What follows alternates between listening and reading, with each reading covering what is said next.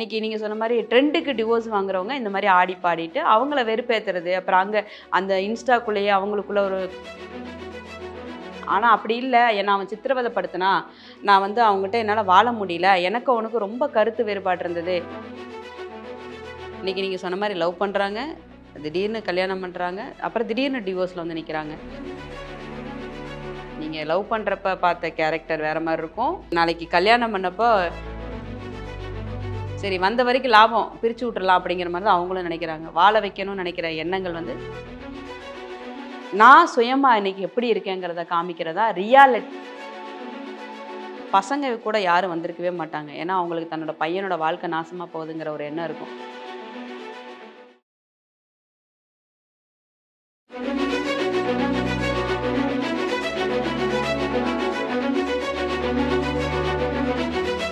IBN Tamil நேயர்களுக்கு வணக்கம். இன்றைக்கு நம்ம கூட motivational speaker Janaki Sundaraj ma'am அவர்கள் இணைஞ்சிருக்காங்க. வணக்கம் மேம். வணக்கம்மா.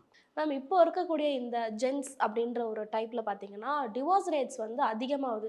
மெயினாக வந்து லவ் மேரேஜில் தான் வந்து அதிகமாகுது. ஃபஸ்ட்டில் வந்து அரேஞ்ச் மேரேஜ் பண்ணால் தான் வந்து டிவோர்ஸ் ரேட்ஸ் அதிகமாகும் அப்படின்ற ஒரு கருத்து வந்து இருந்துகிட்டே இருந்தது. இப்போ வந்து லவ் மேரேஜ் பண்ணாலும் அரேஞ்ச் மேரேஜ் பண்ணாலே டிவோர்ஸ் தான் அப்படின்ற மாதிரியான ஒரு இது வருது.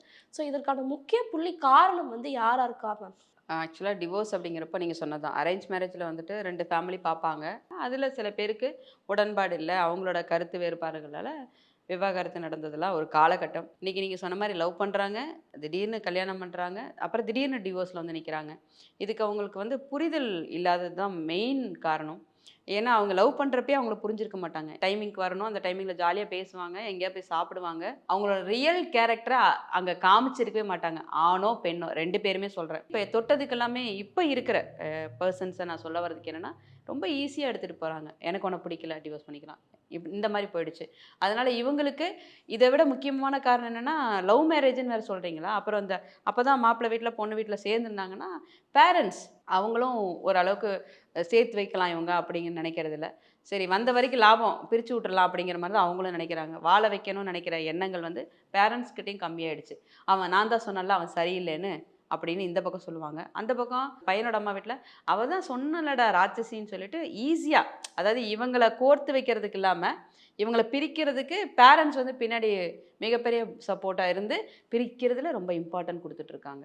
இப்போ இந்த ஃபேண்டசி வேர்ல்டில் வந்து இந்த சோஷியல் மீடியாஸ் பார்த்து நிறைய கப்புள்ஸ் வந்து இன்ஃப்ளூயன்ஸ் ஆகி ஸோ அது மூலயமா நிறைய டிவோர்ஸ் நடக்குதே மேம். ஸோ அதை எப்படி பார்க்குறீங்க? ஃபேண்டசிக்காக மீடியாவில் இருக்காங்க, அப்புறம் அவங்களுக்கு ஜஸ்ட் ஒரு சும்மா ஒரு பழகுறாங்க, அதில் ஒரு பழக்கம் ஏற்பட்டு அதை கல்யாணம், அதாவது கல்யாணங்கிறது வந்து எப்படின்னா வாழ்க்கை, அதாவது உங்கள் மூச்சு நிற்கிற வரைக்கும் ஒருத்தரை தன்னோட பாதியாக எடுத்து வாழக்கூடிய ஒரு விஷயத்த இவங்க என்ன பண்ணுறாங்கன்னா, வியூஸ் உனக்கு ஜாஸ்தி இருக்கா எனக்கும் ஜாஸ்தி இருக்குது, ஒரு 2 பேர் சேர்ந்து பண்ணலாமா அப்படிங்கிற மாதிரி இப்போ கல்யாணத்தை எடுத்துகிட்டு போயிட்டாங்க. நம்ம 2 பேரும் சேர்ந்து பண்ணால் இன்னும் சப்ஸ்கிரைபர் அதிகமாகுவாங்க. அப்புறம் என்ன ஆகிடுது, இதை விட இன்னொருத்தர் சப்ஸ்கிரைபர் ஜாஸ்தியானா இல்லைப்பா நீ வேண்டாம் எனக்கு இன்னொருத்தர் கூட போகிறேங்கிற மாதிரி ஆகிடுச்சு. அதனால் இது வந்து வெறும் விளையாட்டுத்தனம்னு சொல்கிறதா இல்லை பொம்மை கல்யாணம்னு சொல்லலாம். இப்போ அதை தொடர்ந்து பார்த்தீங்கன்னா மேம், இப்போ டிவோர்ஸ் ஆகிறதுக்கு முன்னாடி ஒரு அட்டையரில் இருக்காங்க, பார்க்குறதுக்கு ஒரு மாதிரி இருக்காங்க. ஆனால் டிவோர்ஸ் ஆனதுக்கப்புறம் வந்து அவங்க போஸ்ட்டும் சரி, அவங்களோட ட்ரெஸ்ஸிங் சென்ஸும் சரி, எல்லாமே அப்படியே வந்து ஆப்போசிட்டாக மாறுது. ஸோ உன் கூட இருந்தால் நான் இப்படி இருக்கேன், உன் கூட இல்லைனா நான் இப்படிலாம் இருப்பேன் அப்படின்னு காட்டிக்கிறதுக்காக ஒரு டிவோர்ஸ் பண்ணுறாங்கல்ல மேம். ஸோ அது எந்த அளவுக்கு வந்து இந்த சொசைட்டியை வந்து பாதிக்குது? டிவோர்ஸுங்கிறது அவர்கிட்ட இருந்து வாங்கின ஃப்ரீடம் மீன்ஸ் அந்த லைஃப்லேருந்து நம்மளுக்கு அவரோட வாழ ஒத்து போகலை அப்படிங்கிறதுக்காக வாங்கினது. ஆனால் இது வந்து என்ன ஆகிடுதுன்னா, இப்போ அவங்கள வெறுப்பேற்றுறதுக்கு, காண்டேற்றுறதுக்கு, இந்த போஸ்ட் போடுறது, வாட்ஸ்அப்பில் ஸ்டேட்டஸ் வைக்கிறதுங்கிற மாதிரி இவங்க எடுத்துகிட்டு போய்க்கிறாங்க.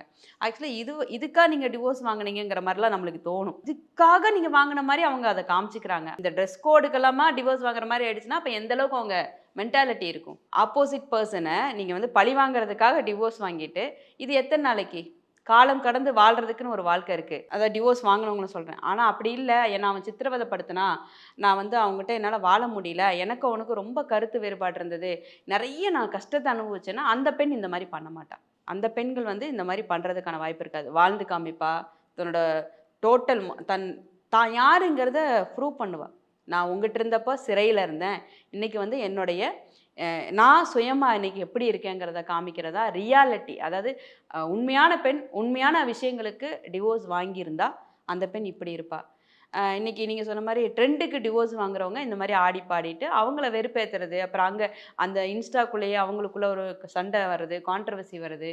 அப்புறம் இந்த மாதிரி விஷயங்களுக்கு இது நிறைய பண்ணுறாங்க. அதான் சொல்லலை, வாழ்க்கையோட தத்துவமும் வாழ்க்கைனா என்னன்னே தெரியாதவங்க இதை நோக்கி பயணிக்கிறாங்க. டிவோர்ஸ் பண்ணுறதுக்கு ஒரு இன்ஃப்ளூயன்ஸ் அப்படின்ற ஒரு விஷயம் இருக்குது மேம். இவங்கள பார்த்து நான் டிவோர்ஸ் பண்ணேன், இவங்கள சொல்லி நான் டிவோர்ஸ் பண்ணேன் அப்படின்ட்டு. ஆனால் இதில் வந்து இப்போ ஃபேமிலியோட இன்ஃப்ளூயன்சஸ் வந்து எந்த அளவுக்கு பாதிக்குது மேம் ஒரு கப்பலை?